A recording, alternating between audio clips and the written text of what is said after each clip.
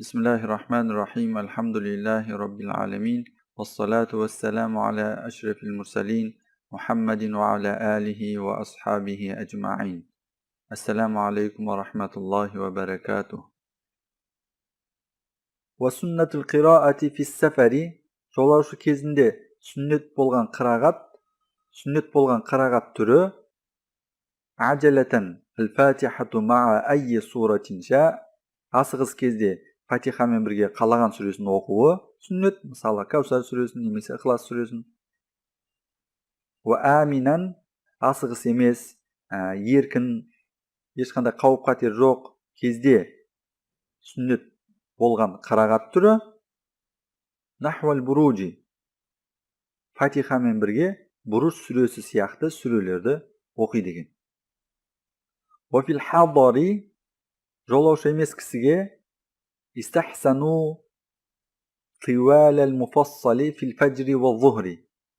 Жолаушы емес кісіге таң намазы мен бесін намазында Фатихадан кейін тиуалул муфассал категориясына жататын сүрелердің бірін, ва аусатаху фил асри вал ишаи, ал аср мен құптан намазында аусатул муфассал категориясындағы сүрелердің бірін, ва қисараху фил магриби, ал ақшам намазында қисарул муфассал сүрелерінің бірін оқуын хош, ұнамды әрекет ретінде ғұламалар есептеген екен.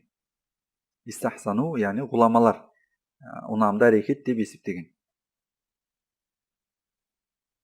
Ва минал худжурати тивалун илал буруджи.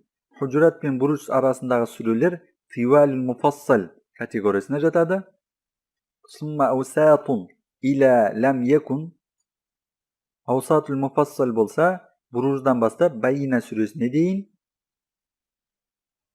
Сумма қисарун илял ахири. Ал қисарун муфассал категориясы болса, Байина сүресінен бастап насқа дейінгі сүрелер кіреді екен. Бұлардың муфассал деп аталуының себебі, қысқалықтары себепті бірі екіншісінің ізінен келіп, араларында бисмиллямен жиі бөлініп тұрғандықтан, осылай муфассал деп аталса керек. Бұлардың өзін тивал, яғни ұзын муфассал сүрелері, аусат, орташа муфассал сүрелері, қисар, қысқа муфассал сүрелері деп бөлген.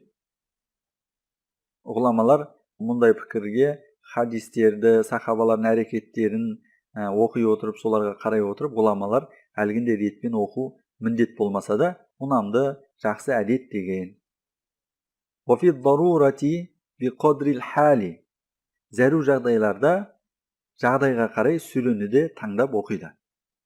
Мысалы, егер тым асығыс болса, жайшылықта да, яғни жолаушы емес кісі де тым асығыс болса, Фатихадан соң Каусар сүресін немесе басқа қысқа сүрелерін оқуына болады.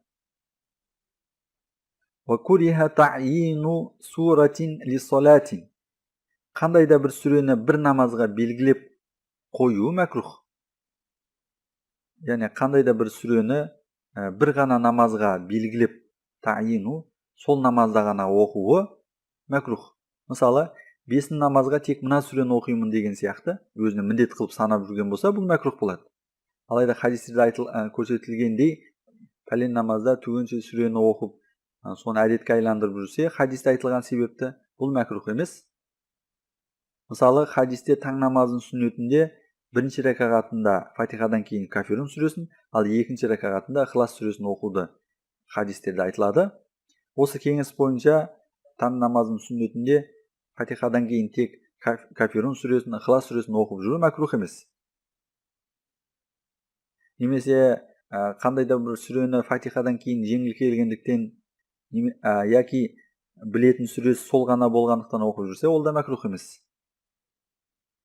Уаянситул муътамму. Имамға ұйып тұрған кісі Фатиха мен сүрені оқымай үндемей тұрады. Пайғамбарымыз саллаллаху алейхи ва саллям бір хадисінде «Иза каббарал имаму факаббиру». Имам Аллаху акбар дегенде сендер де деңдер. «Ва иза қараа фанситу». Ол қырағат қылғанда үндемей тұрыңдар делінген сахих хадисте.